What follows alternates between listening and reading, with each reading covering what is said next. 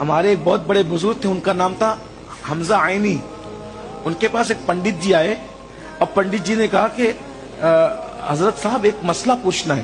علامہ حمزہ عینی ماریروی سے کہا ایک مسئلہ پوچھنا ہے. بولے آپ کے یہاں یہ عقیدہ ہے تقدیر کا کہ دانے دانے پہ لکھا ہے کھانے والے کا نام، تو بتائیے کہ اس دانے پہ کس کا نام لکھا ہے؟ وہ بہت بڑے ولی تھے، صاحب کشف تھے.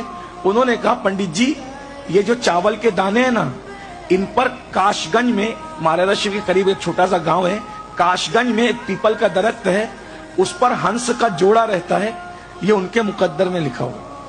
پنڈت جی نے ایک مسلمان ولی کا مذاق اڑانے کے لیے ایک ہنسی لی اور اس کو ڈال لیا منہ میں. یہ سچا واقعہ ہے.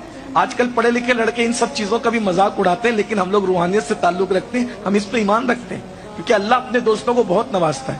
تو بہرحال تو اس نے منہ میں ڈال لیا اور ہنسنے لگا. دیکھا آپ کی تقدیر کا عقیدہ تو ختم ہی ہو گیا. آپ کہتے تھے تقدیر میں جو لکھا وہی ہوگا، میں نے تو کھا لیا نا ان ہنس کے حصے کا رزق. اس بزرگ کا ہم نے جو جانتے تھے، جتنا ہم جانتے تھے اتنا کہہ دیا، آپ جانو آپ کا کام جانو. پنڈت جی اس کو کھا کر پیٹ میں درد ہوا، اتنا علاج کرایا، کوئی علاج کام نہ آیا.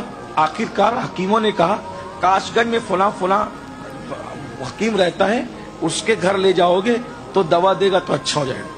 اس کو بیل گاڑی پہ ڈالا پنڈت جی کو، اور پنڈت جی بیل گاڑی پہ ڈال کر کے پیٹ میں تکلیف تھی، تڑپ رہے تھے، لے جا رہے تھے. کاش گنج آیا، وہاں پر پنڈت جی کو الٹی ہوئی، چاول کے دانے نکلے، اور اس کے بعد ہنس کا جوڑا نیچے آیا اور انہوں نے چپ کر کے واپس اوپر چلے گئے.